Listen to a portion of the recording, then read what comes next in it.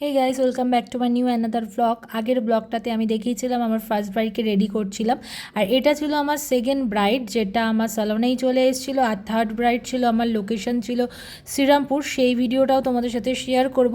এটা ছিল আমার সেকেন্ড ব্রাইড, ভীষণই মিষ্টি একটা ব্রাইড আর কোঅপারেটিভ, খুবই ভালো। সেকেন্ড ব্রাইডও এসে উপস্থিত। আর সেকেন্ড ব্রাইডের আমাদের শাড়ি টাড়ি পরিয়ে একদম হেয়ারের প্রিপারেশন চলছে। ফার্স্ট আমরা হেয়ারটাই করে নেব।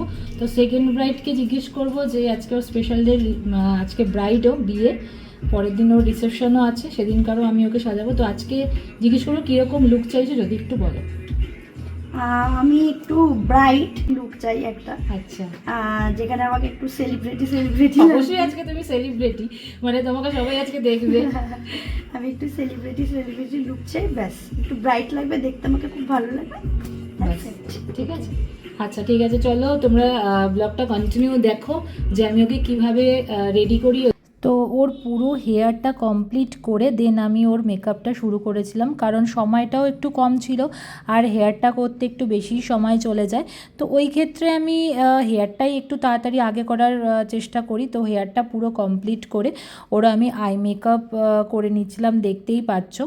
দেন ওকে পুরো কমপ্লিট করার পরে এটা হচ্ছে ওকে হাইলাইটিং করছি আমি।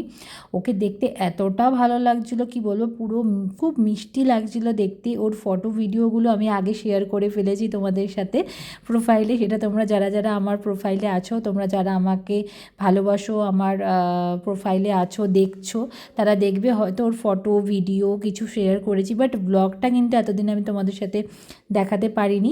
তাই একটু সময় হচ্ছে, তাই অল্প অল্প করে তোমাদের সাথে ব্লগটা শেয়ার করছি। একদম ওকে সাবেকি মানে কলকা বলতে ডটের ওপরে আমি কলকা করেছিলাম। অ্যাকচুয়ালি ওকে আমি সাজেস্ট করেছিলাম যে তুমি এই ধরনের রেড দিয়ে জাস্ট ওকে ডটের ওপর কলকা করো, তোমাকে খুব ভালো লাগবে। ও এতটাই কোঅপারেটিভ যে ও আমার ওপরে পুরোটা ট্রাস্ট করে বলেছিল, দিদি তোমার তোমার যেটা ভালো লাগে, আমাকে মনে হচ্ছে যে এটাই ভালো লাগবে, তুমি সেটাই করো। আমি কোনো রকমভাবে আমার নিজের কিছু বলবো না যে আমার এটা এটা করে দাও, ওটা করে দাও।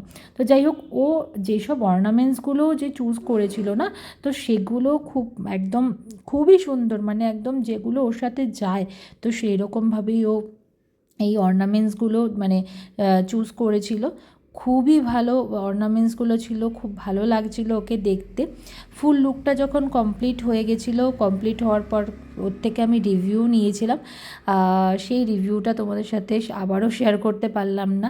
আর আগের ভিডিওতেও বলেছিলাম যে আমি চাইবো যে তোমাদের সাথে ফুল ভিডিও টিউটোরিয়াল দেখানোর জন্য, বাট এই ব্রাইডের ক্ষেত্রেও আমি পারিনি। হাতে টাইম থাকলে যেদিন একটা ব্রাইড থাকবে, তো সেদিন আমি অবশ্যই চেষ্টা করব যে এক পুরো ভিডিওটা টিউটোরিয়ালটা দেখার জন্য। বাট আমি ভিডিওগুলো দিচ্ছি, তোমরা রেসপন্স করছো, বাট একটু আমার চ্যানেলটা প্লিজ ফলো করে দিও। আর ভিডিওটা ভালো লাগলে কিন্তু অবশ্যই like, comment, share and subscribe করবে, আমি বারবার বলি। আর যারা আপকামিং ব্রাইড আছো, যারা ভাবছো যে এখনও বুক করোনি, প্লিজ আমার সাথে একটুখানি কন্ট্যাক্ট করে নিও। আর এটা ছিল ওর ফুল ওভারঅল লুক, দেখতেই পাচ্ছ যে কতটা মিষ্টি লাগছে ওকে, পুরো দেবদাসের পাড়োর মতন দেখতে লাগছে। যাই হোক, সত্যিই ওকে ওরকমই লাগছিল আর দারুণ ও পোজ দিচ্ছিল। তো ভিডিওটা এখানে শেষ করলাম, সবাই ভালো থাকবে, সুস্থ থাকবে, টাটা।